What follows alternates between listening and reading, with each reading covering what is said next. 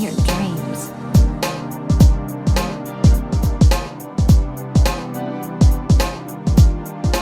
Hey, what's up, guys? Welcome back to another Welcome back to another Honkai Star Rail video. So I'm going to be talking about why tier list in Star Rail is pointless. By the way, if you happen to like the content, feel free to leave a like, comment, subscribe, all that good stuff would be greatly appreciated. I think tier lists are only important when a game has PvP, and since Star Rail is a single player game, I don't think tier lists are really that important. For PvP, it's important because you're going to be competing with other players. You have to find out which character is good in order to have an advantage. But once you understand Star Rail's main mechanics, you're basically good. You don't really need to look at a tier list.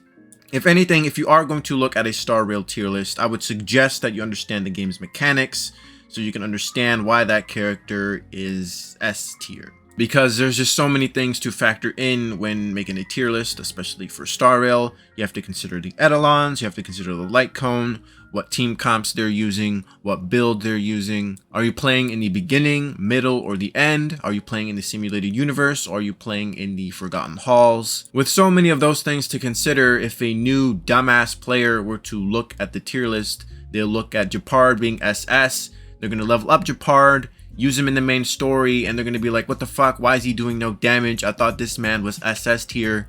And then they're going to end up shitposting about Gepard because they don't know why Gepard is SS tier, because they don't know about the game's mechanics or the game modes. And worst case scenario, that player might just end up like leaving the game all because they just didn't really understand the game.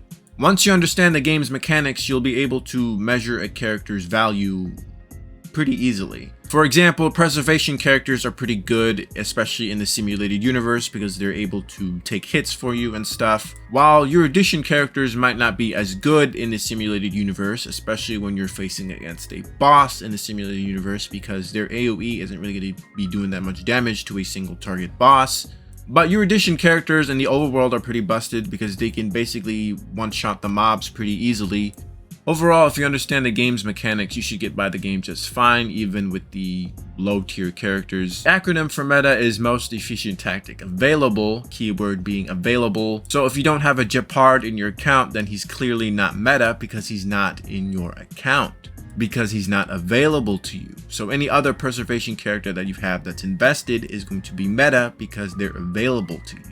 I'm not trying to say that you shouldn't use 5 stars in the game. You should use your 5 stars because they are pretty superior to the 4 stars. Although depending on what etalons you have on your 4 stars, they might be outclassing your 5 star. But either way, you should use whoever is available to you anyways.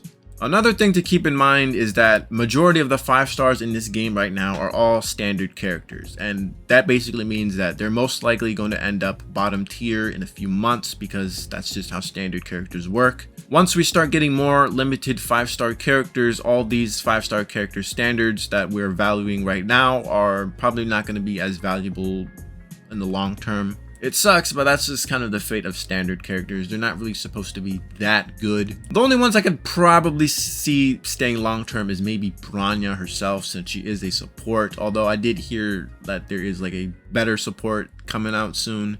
But those are just rumors. I can't really say for sure, but you know, I think Bronya could stay for long term, in my opinion. Bronya's redeployment skill is a pretty unique skill, so I don't really see how they can support creep that. Since these standard characters will get power creeped, that time that you spent rerolling for Welts and Gepard might have been a kind of a waste of time because you might end up benching them once better characters come out. I can't really say for sure how bad the power creep in this game will be because, you know, the game is still a baby at this point.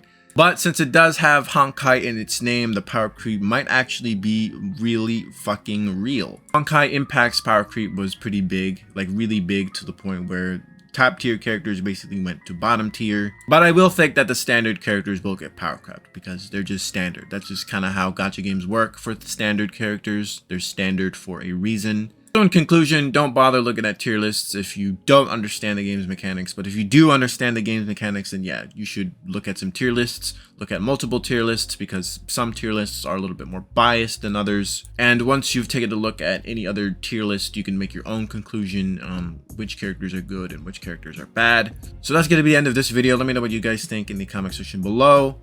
If you like the content, like, comment, subscribe, all the good stuff, and I'll see you guys later. Bye bye now. Come again soon.